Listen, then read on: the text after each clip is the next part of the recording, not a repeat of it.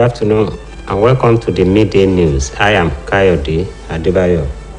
President Muhammadu Buhari will today travel to Niamey, the Republic of Niger, to attend the African Union Summit on Industrialization and Economic Diversification, as well as the extraordinary session on African Continental Free Trade Area. The president during the trip will also attend launch of the French version of the book entitled Muhammadu Buhari, The Challenges of Leadership in Nigeria, as well as inaugurate the Muhammadu Buhari Boulevard, named after him by the government of the Republic of Niger.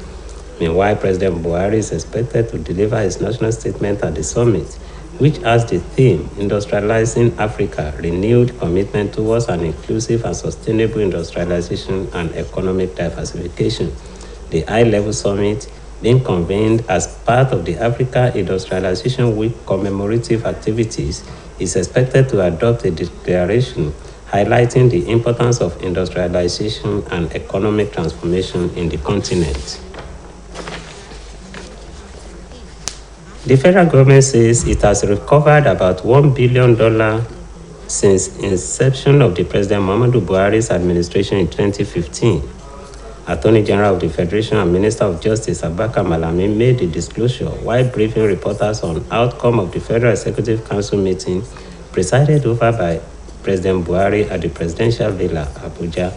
Malami, who disclosed that the recovered assets have been deployed to various sectors of the economy, including government poverty alleviation schemes, further announced Council's approval of the new anti-corruption strategy document from 2022 to 2026, aimed at boosting fight against graft in the country. The AGF said while government recorded only 109 convictions before 2015, the Buhari administration has convicted over 3,000 offenders, even as it expressed government concern over sundry cases of budget padding, describing the development as worrisome. He noted, however, that measures will be explored to address the menace.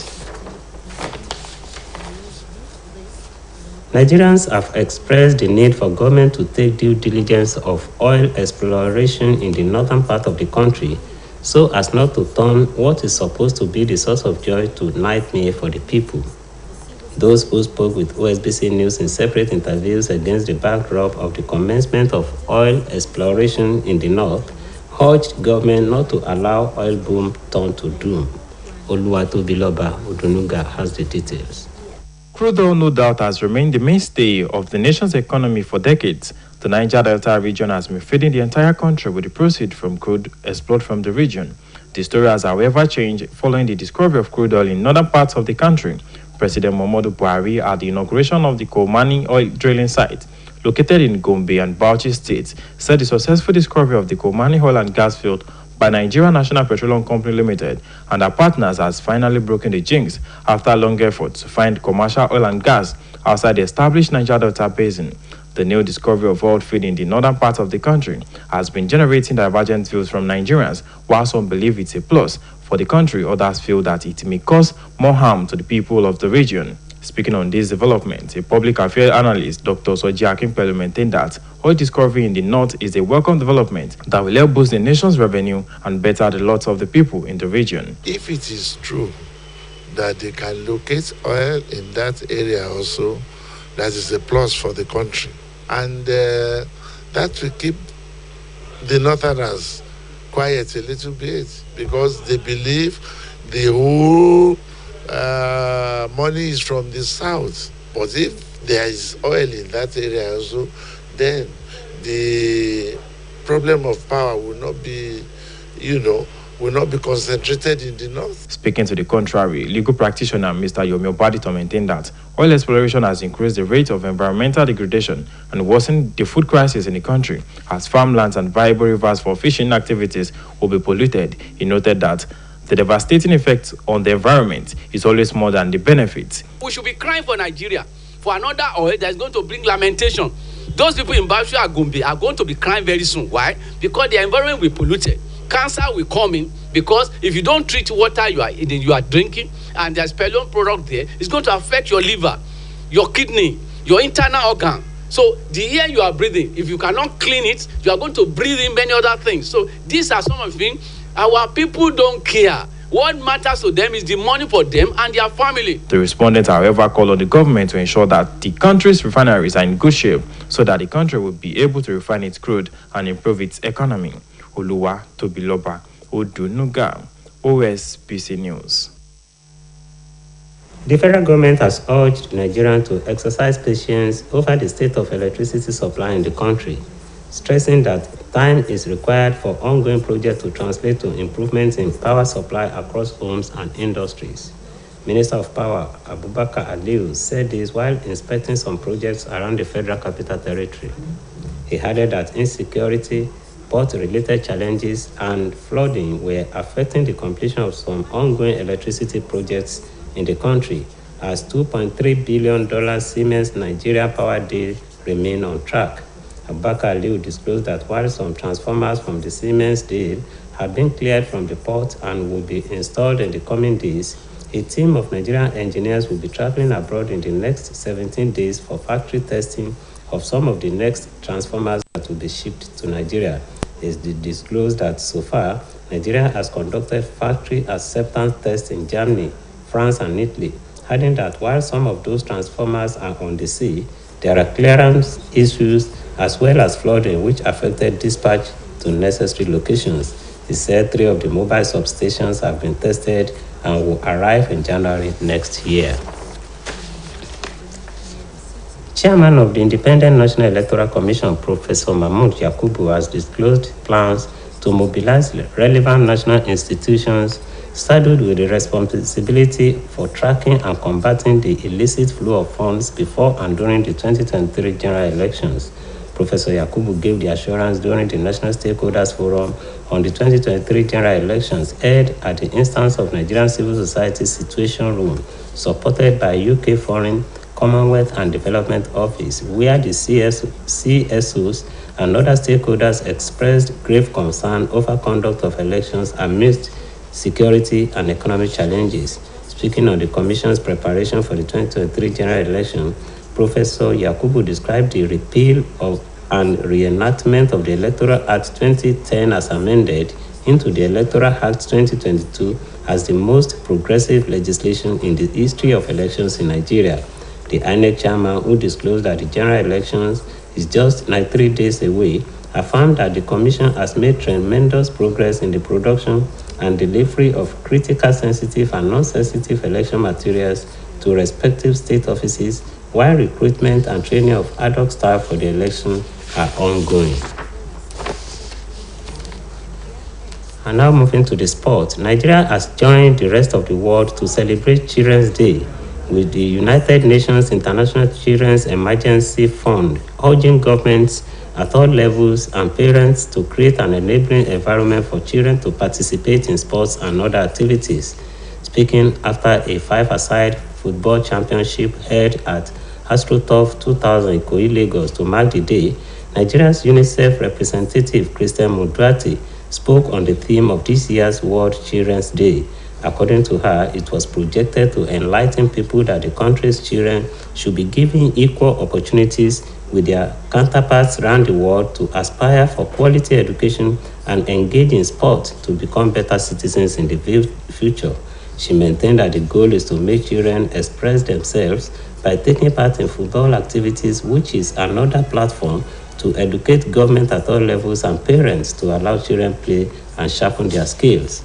Also speaking at the event, Nigeria's La Liga ambassador, who is also a former Super Eagles player, Mutiu Adepoju, charged children to always focus on pursuing their education alongside sports, while stressing that more facilities should be provided by corporate bodies and government to encourage children to take to sports. And now to the foreign scene. Police in India have blamed rats for destroying nearly 200 kilograms of cannabis seized from peddlers and kept in police stations. A court in Uttar Pradesh state said rats are tiny animals and they have no fear of the police, and it is difficult to protect the drug from them. The court has asked the police to produce the stash as evidence in cases of drug peddling. Judge Sanjay Chaudhary cited 3 cases in which marijuana was destroyed by rodents. The court ordered the police to produce the seized drug as evidence and was told that 195 kilograms of cannabis had been destroyed by rats. Judge Chadri said some 700 kilograms of marijuana seized by the police was lying in police stations in Mathura district, and that all of it was under danger of infestation by rats. He said the police had no expertise in dealing with the matter as the rats were too small, adding that the only way to protect the seized goods from such fearless mice was to auction the drugs to research labs and medicine firms, with the proceeds going to the government. And still on the foreign scene, Ukrainian President Volodymyr Zelensky has accused Russia of crimes against humanity after a new missile barrage caused blackouts across Ukraine. President Zelensky told the UN Security Council via video link that the Russian formula of terror has forced millions of people to stay without energy supplies, without eating, and without water in sub-zero cold. He added that the strikes killed at least 7 people when nuclear power plants went offline. Reports say that the 3 plants still under Ukrainian control were disconnected from the grid, and the Zaporizhzhia plant, Europe's largest, was forced again to rely on diesel generators to power its cooling system and key safety equipment. And that ends the midday news on Osbc TV. It was edited by Babatunde Bolatito. Please join us at 3 for the state news. Good afternoon.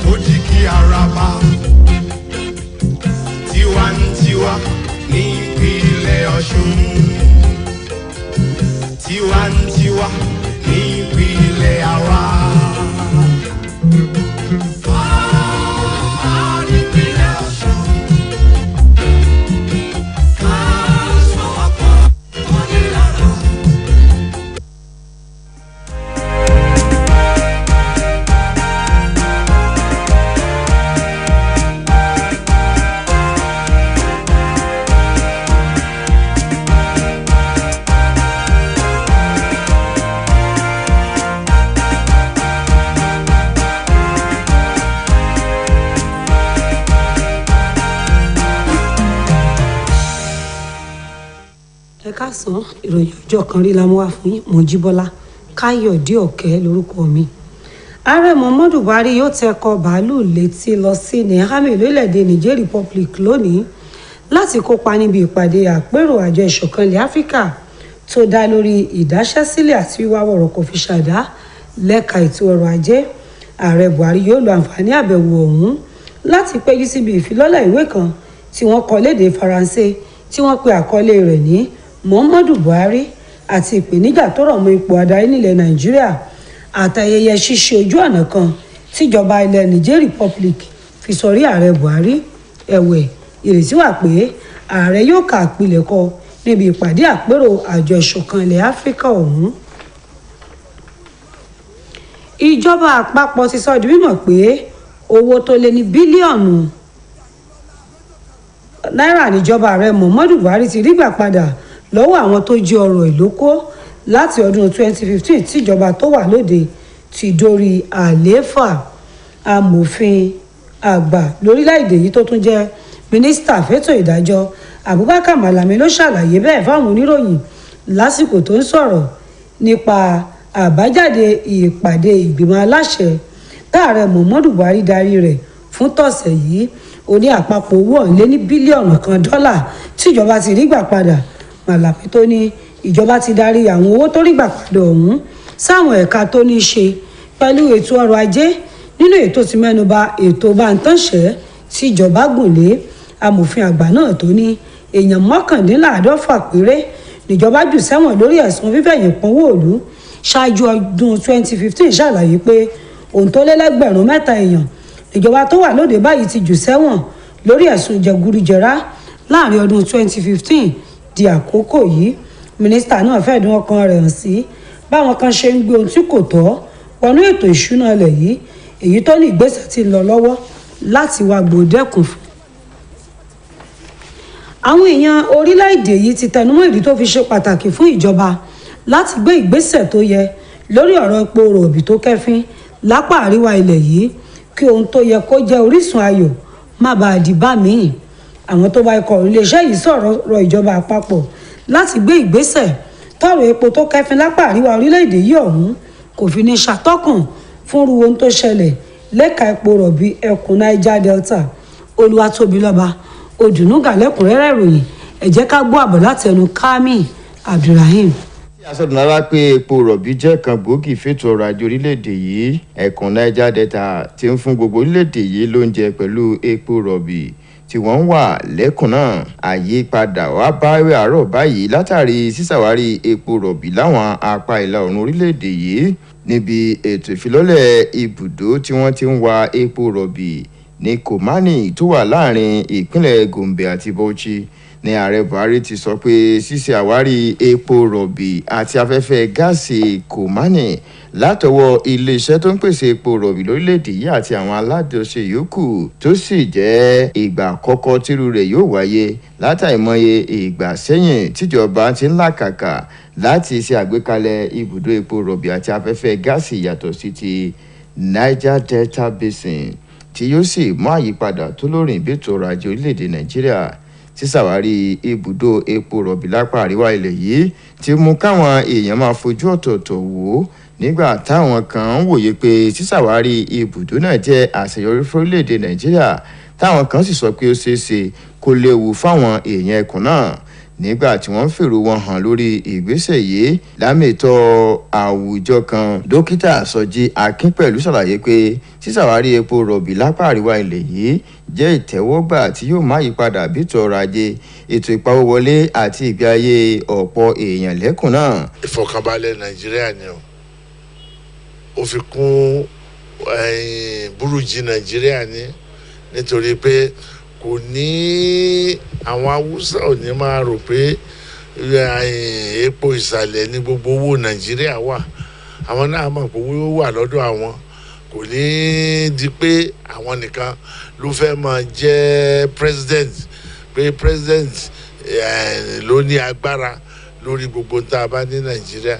Ṣùgbọ́n nínú ọ̀rọ̀ tí ọ̀gbẹ́ni Yomi Ọbádìtàn tó jẹ́ agbẹjọ́rò ló ti ṣàlàyé pé sísàwárí epo rọ̀bì ti ṣàfikún àkóbá láwọn agbègbè tí wọ́n ti ń rí epo ọ̀hún tó sì tún pa kún ìṣòro ìpèsè oúnjẹ lórílẹ̀‐èdè yìí ní báyìí táwọn ilẹ̀ tó ṣe dáko àtàwọn odò tó ṣe sin ẹja ti ń bàjẹ́ látàrí epo wíwà láwọn agbègbè tí wọ́n ti ń wa epo ọ̀hún. àwọn òkè ọya àwọn náà ti mọ̀ pé ìgbéyàwó tó nira òun ni a ní í ṣe pẹ̀lú òkè ọya àtàwọn àṣàlẹ̀ wọ́n sì mọ̀ pé nàìjíríà lè máa wà títí láéláé pé tó bá di pé lọ́jọ́ iwájú tí nàìjíríà bá di pé kọ́lọ́mọ kó gbọ́ mú ìyá ẹ̀ dúró àwọn òkè ọya ti retí pé àwọn náà á lè nílé epo táwọn á sá síbi tí wọ́n á ti lọ máa fi epo wọn nǹkan táwọn fi ń wá epo yẹn lóríṣiríṣi ọ̀nà ni tó bá dẹ̀ wá ìbéèrè táwa ń béèrè ni pé àwọn tó ti ń kó epo yìí jẹ tí wọ́n ti ń náwó ẹ̀ wọn ò tí ì kúrò nàìjíríà àwọn wọ̀nyí náà ni ó dẹ̀ máa bẹ̀ sí kó owó yìí so ìdí nìyí tó mo rí pé àrépo àbá àrépo kò ṣe nàìjíríà láǹfààní. àwọn tí wọ́n bá kọ̀ròyìn iléeṣẹ́ yìí sọ̀rọ̀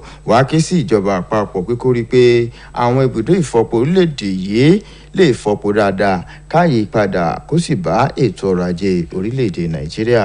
Kamil Abdulrahim finlayṣẹ́ Osbc. ìjọba àpapọ̀ ti rọ àwọn èèyàn orílẹ̀-èdè láti mú sùúrù lórí bí iná ọba ṣe ń ṣe ségesège pẹ̀lú àfikún pé ìgbésẹ̀ àti mú àyípadà bọ́ ọ̀rọ̀ ìpèsè iná mọ̀nàmọ́ná gba sùúrù lọ́nà tí iná yóò fi wà nínú ilé àti láwọn iléeṣẹ́. mínísítà fọ́rọ̀ ohun àmúṣagbára Abubakar Aliyu ló ṣàlàyé yìí lásìkò àbẹ̀wò rẹ̀ sáwọn àkànṣe iṣẹ́ kan lólú ìlú ilẹ̀ yìí. ó fi kún ọ̀rọ̀ rẹ̀ pé ètò ààbò tó mẹ́ẹ̀ omíyalé àtàwọn ìṣẹ̀lẹ̀ míì ló ń ṣe ìdíwọ́ lórí àti parí àwọn àkànṣe iṣẹ́ kan tó ní ṣe pẹ̀lú ọ̀rọ̀ náà ọba. ọ̀gbẹ́ni Abubakar Aliyu tó ní àwọn ẹ̀rọ amúnálágbára kan tó ti gúnlẹ̀ sí ojú omi yóò di rírì káàkiri àwọn agbègbè tó yẹ láìpẹ́ ọjọ́ pẹ̀lú àfikún pé ikọ̀ àwọn onímọ̀ ẹ̀rọ kan yóò kọjá sókè òkun níbi ọjọ́ 17 sásìkò yìí láti lọ ṣàyẹ̀wò àwọn ẹ̀rọ amúnálágbára tí orílẹ̀-èdè yìí ń retí lọ́dọ̀ àwọn iléeṣẹ́ tó ṣe wọ́n. mínísítà náà fi kún ọ̀rọ̀ rẹ̀ pé orílẹ̀-èdè yìí ti fọwọ́ sí àwọn ẹ̀rọ amúnálágbára kan láti ilẹ̀ Germany, France àti Italy pẹ̀lú àlàyé pé àwọn ẹ̀rọ amúnálágbára kan ti wà lórí omi tó jẹ́ pé omíyalé àtàwọn ìṣẹ̀lẹ̀ pẹ́ẹ́pẹ́ẹ́pẹ́ kan ló ń ṣèdíwọ́ tí wọn kò fi tí ì gúnlẹ̀. alága àjọ elétò ìdìbò lórílẹ̀‐èdè yìí INEC ọ̀jọ̀gbọ́n Mahmood Yakubu ti sọ èròǹgbà àjọ náà di mímọ̀ láti ṣiṣẹ́ pọ̀ pẹ̀lú àwọn lájọ-lájọ tọrọ àti tọpinpin ètò ìnáwó kan ṣáájú àti lásìkò ètò ìdìbò ọdún tó ń bọ̀. ọ̀jọ̀gbọ́n Yakubu sọ̀rọ̀ ìdánilójú yìí níbi àpérò àwọn tọrọ ètò ìdìbò ọdún tó ń bọ̀ kàn gbọ̀ngbọ̀n nígbà tó ń sọ̀rọ̀ nípa ìgbáradì àjọ INEC fétò ìdìbò tó ń bọ̀ ọ̀hún. ọ̀jọ̀gbọ́n Yakubu ṣàpèjúwe ó fún ètò ìdìbò ọdún 2010 tí àtúnṣe bá tó ti di òun báyìí gẹ́gẹ́ bí ọ̀kan gbòógì lára ìtẹ̀síwájú tó ti bá ìlànà ìdìbò orílẹ̀-èdè yìí. ó ní àjọ INEC ti gbé ọ̀pọ̀ ìgbésẹ̀ tó yẹ lórí ètò ìdìbò nínú èyí tó ti ní àwọn ohun èlò tó ṣe kókó ti wà káàkiri àwọn ọ́fíìsì àjọ náà yíká ilẹ̀ yìí nígbà tó ní ìdánilẹ́kọ̀ọ́ tí ń lọ lọ́wọ́ fáwọn òṣìṣẹ́ ìdábọ̀ tájọ náà fẹ́ lò lásìkò ìdìbò. lábala eré ìdárayá orílẹ̀-èdè Nàìjíríà ti darapọ̀ mọ́ àwọn akẹgbẹ́ rẹ̀ lágbàáyé láti ṣàyájọ́ àwọn ògo wẹrẹ pẹ̀lú àjọ tó wà fọ́rọ̀ àgbékalẹ̀ owó ìrànwọ́ pàjáwìrì fáwọn èwe lábẹ́ àjọ ìṣọ̀kan àgbáyé. orílẹ̀-èdè yìí rọ ìjọba nípele jìpele àtàwọn òbí láti ṣohun tí yóò jẹ́ káwọn ògo wẹrẹ nífẹ̀ẹ́ sí eré ìdárayá. nígbà tó ń sọ̀rọ̀ níbi ìdíje eré bọ́ọ̀lù aláfẹsẹ̀gbá kan tó wáyé ní Ìkòyí ìpínlẹ̀ Èkó láti ṣàmì àyájọ́ náà aṣojú àjọ UNICEF lórílẹ̀-èdè yìí Christian Muduati ṣàlàyé pé erédìí àgbékalẹ̀ ètò náà ni láti tàwọn èèyàn ilẹ̀ yìí jí lórí ìdí tó fi ṣe pàtàkì láti fáwọn ògo ẹrẹ orílẹ̀-èdè yìí láǹfààní táwọn akẹgbẹ́ wọn jákèjádò àgbáyé ní ṣètò ẹ̀kọ́ tó yè kooro kí wọ́n sì máa kópa nínú eré ìdárayá fáǹfààní ọjọ́ iwájú wọn. ó tẹnumọ́ pé àfojúsùn ètò náà ni láti jẹ́ káwọn èwe ṣàfihàn ẹ̀bùn tí wọ́n ní lẹ́ka eré ìdárayá ní pàtàkì jùlọ eré bọ́ọ̀lù aláfẹsẹ̀gbá èyí tó ló jẹ́ bí ara ọ̀nà láti ta ìjọba nípele jìpele àtàwọn òbí jí lórí ìdí tí wọ́n fi gbọ́dọ̀ gbà wọn ọmọ láàyè láti kópa nínú eré ìdárayá. nínú ọ̀rọ̀ rẹ̀ ọmọ ikọ̀ agbábọ́ọ̀lù Super Eagles tẹ́lẹ̀ rí Mutiu Adépọ̀jù ló ti rọ àwọn èwe láti gbájúmọ́ ẹ̀kọ́ wọn pẹ̀lú eré ìdárayá nígbà tó tẹnumọ́ ìdí táwọn lájọ fi gbọ́dọ̀ pèsè àwọn ohun èlò tó yẹ tí yóò jẹ́ kọ́kàn àwọn ògo wẹrẹ fà sí eré ìdárayá. nílẹ̀ òkèèrè iléeṣẹ́ ọlọ́pàá orílẹ̀-èdè India ti ní àwọn èkúté ló jẹ egbòogi olóró bíi igba kílógíráàmù tí wọ́n gbà lọ́wọ́ àwọn tó ń ṣe fàyàwọ́ oògùn olóró èyí tí wọ́n kó pamọ́ sáwọn àgọ́ ọlọ́pàá kan. ilé ẹjọ́ kan lórílẹ̀-èdè náà ní àwọn èkúté ọ̀hún kéré jọjọ débi pé wọn kò bẹ̀rù ọlọ́pàá èyí tó lóhun ṣòro díẹ̀ fún àwọn ọlọ́pàá láti gbé oògùn olóró náà sá fáwọn eku. ilé ẹjọ́ ti ní kí iléeṣẹ́ ọlọ́pàá mú oògùn olóró táwọn eku náà jẹ kù wá gẹ́gẹ́ bí ẹ̀rí máa jẹ́ mi èso. adájọ́ ilé ẹjọ́ ọ̀hún tọ́ka sí àwọn àfiwé mẹ́ta ọ̀tọ̀ọ̀tọ̀ nínú èyí táwọn èkúté ti ba egbòogi olóró kan jẹ́. ilé ẹjọ́ pàṣẹ kí iléeṣẹ́ ọlọ́pàá mú ẹ̀rí wá ṣùgbọ́n tí iléeṣẹ́ ọlọ́pàá ní gbogbo oògùn olóró tó wà lákàtà òun lèkúté ti jẹ. adájọ́ náà ní àwọn ibùdó ìwádìí ìjìnlẹ̀ àti iléeṣẹ́ tó ń pèsè oògùn ló yẹ kí wọ́n lọ kó àwọn oògùn olóró ọ̀hún pamọ́ sí. ẹ̀wẹ̀ nílẹ̀ òkèèrè ààrẹ ilẹ̀ Ukraine Volodymyr Zelensky ti fẹ̀sùn kàn pé orílẹ̀-èdè Russia ń gbógun ti ìdẹ̀rùn àwọn èèyàn òun pẹ̀lú bó ṣe ní àdó olóró tilẹ̀ Russia yìí ti ṣokùnfà òkùnkùn biribiri yíká orílẹ̀-èdè Ukraine.